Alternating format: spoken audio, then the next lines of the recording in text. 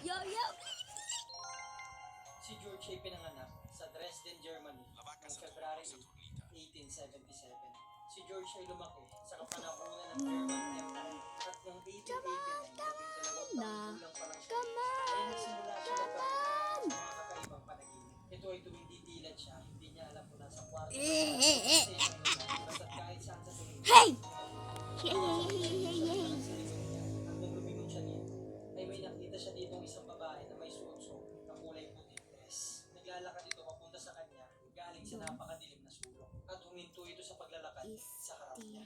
Nagpakilala ito na siya daw si Ana Constantia von Troppa Brock. trippa. Itong si Ana ay namuhay isang taong Cacto taon ang hippopoto. nakakalipas bago pa Tralalelo tralala. si George. Sabi nito ni Ana ay magkamag-anak daw sila at ang dahilan daw kaya siya nagpapakita ay meron daw siyang napaka-importanting mensahe kailangan sabihin sa kanya. Noong mga oras na to si George hindi niya alam kung anong dapat niya mag-reaction. Kung dapat pa siya matakot o matuwa. Pero bago pa siya makapagsalita, itong si Ana ay tumalikod sa kanya at tumuro. Kaya si George napatingin kung ano tinuturo nito. At dito sa kadiliman ay may lumabas na isang mukha ng babae papalapit din sa kanila. Gandang-ganda si George sa mukha ng babae na yun. Napakakinis ng balat nito at itim na itim. Pero may isang bagay siya napansin sa mukha nito. Yung huminto na yung mukha nitong babae sa harap nila. Mukha nitong malungkot o may pinoproblema. At nagsimula na magsalita itong si Ana sa kanya na George, sa isang punto ng buhay mo sa mga susunod na taon, ay darating sa buhay mo yung babae.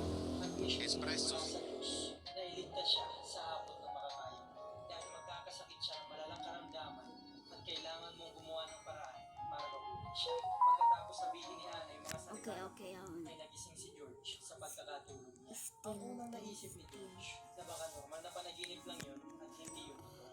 Ang kaso nga lang masyadong malinaw yung panaginip na yun at tandang-tanda niya pa yung pangyayari. Or Kung calero parang macabra. totoong nangyari sa kanya to yung gabi niya.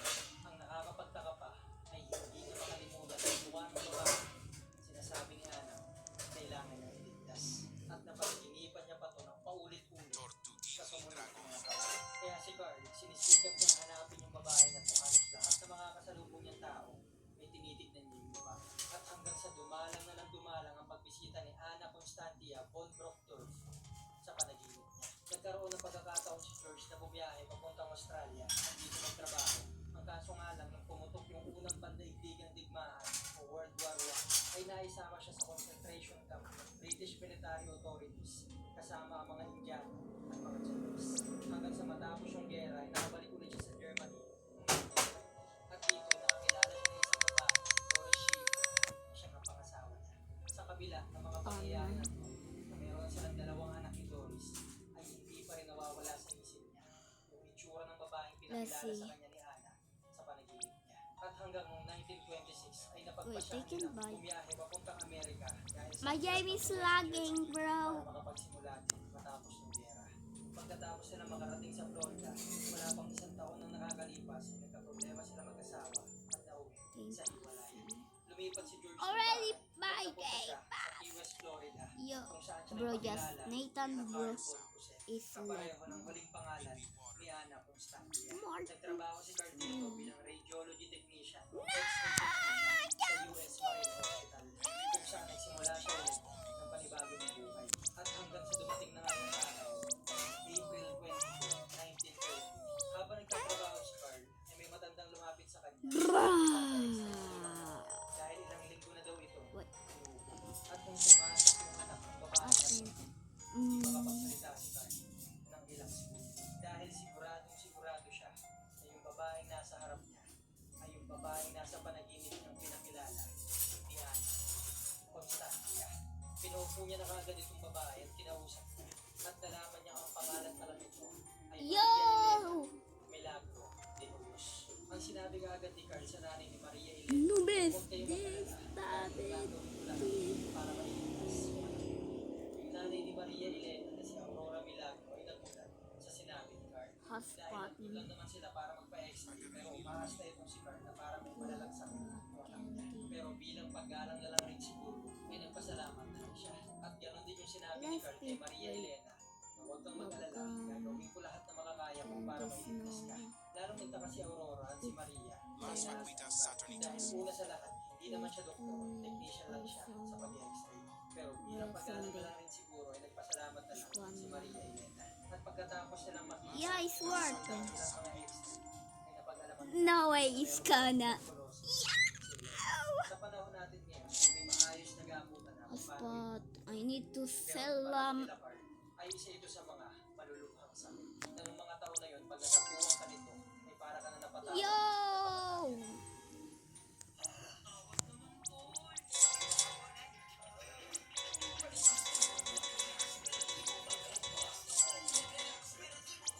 Okay.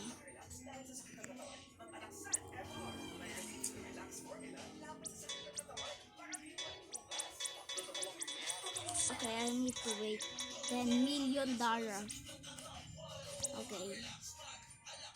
Yet in hotspot. It seemed like no. It seemed like no.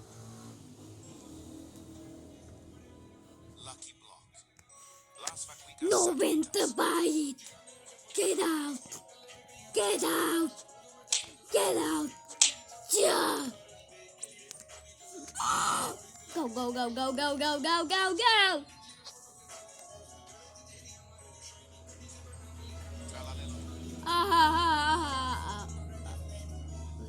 My game is lagging.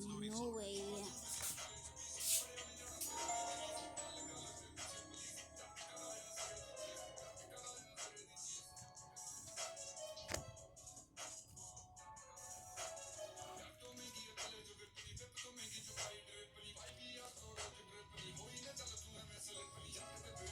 Mario! Lost Go Crocodile. look like a Mario.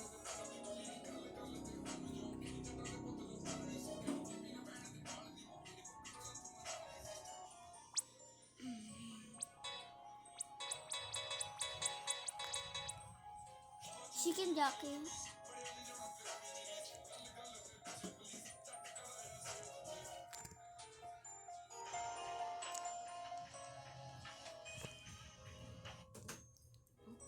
Yung nalaman ito ni Carl, lalo pa siya nakumbinsi. Treno Strozzo Turbo 3000. Hindi Yeah. siya makapaniwala ng umpisa, pero nangyayari na ngayon. Dug, dug, dug, dug, dug, dug, dug, dug, dug. Bibisita ni Carl si Elena. Nagbibigay siya ng mga pagkain, mga gamot, mga alak, Kita. mga damit. Go, At nagsasuggest go, din siya go, ng iba't ibang go. mga gamutan para Go. gumaling na siya sa sakit Okay. niya. Dahil kagaya nga ng sabi ni Ana My kay oath! ay No! kailangan niya gawin sa lahat na makakaya niya para gumaling yung babae na to. Si Carl lang nang gumagastos at Where is my nag-aasikaso ng oath? mga laboratory ni Maria Elena. Sa Bro, where makalipas is na my mga buwan oath? ay kilala na si Carl ng pamilya ni Elena dahil masasabing araw-araw na rin ito pumupunta sa kanila. Nung una, nagtataka sila sa mga ginagawa nito ni Wait, Carl. Pero did dahil I see malalaman yung sakit ng something? tuberculosis to, ay nagpapasalamat na lang sila sa tulong ng ginagawa nito.